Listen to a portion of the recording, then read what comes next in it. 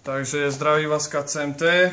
Dneska vyzrebujeme súťaž o toto pekné tričko Vans tu na po mojom boku na tejto sexy figurínke s vajíčkami. Originál. Takže úlohou vás bolo napísať, prečo práve toto tričko, alebo nejaký príbeh, alebo obyčajný koment, neviem. Najviac ma zaujalo toto od Kuba Vasílii. Je veľmi pekné a zároveň sebe nesie veľmi smutný príbeh o Johnovi Mackovi Killerovi. Je o malom chlapcovi Johnovi, čo vyrastal na modrom intergalaktickom medveďovi, ktorému po chemických útokoch na jeho planetu narastli dve hlavy. Blá, blá, blá, blá, blá. Ako mne osobne aj chalanom sa určite páčil tento komentár. Chalan je kreatívny, musíme uznať. Preto by som ťa chcel, Kubo, pozvať, aby si ma prišiel pozrieť. Možno by si mohol mať aj fotku s celebritou, keď už to rozbiehame, pačku KCMT.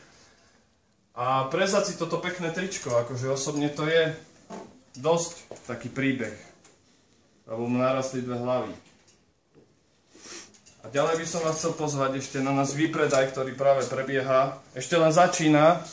Kadejaké šiltovky, topánky, zľava od 10 do 20%. Alebo čiapočku zimnú. Ešte teraz hlásia na Veľkú noc, že bude ešte mrznúť voda, keď pôjdete babi oblievať.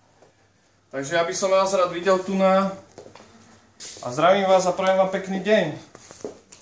Papík, Paťko KCMT.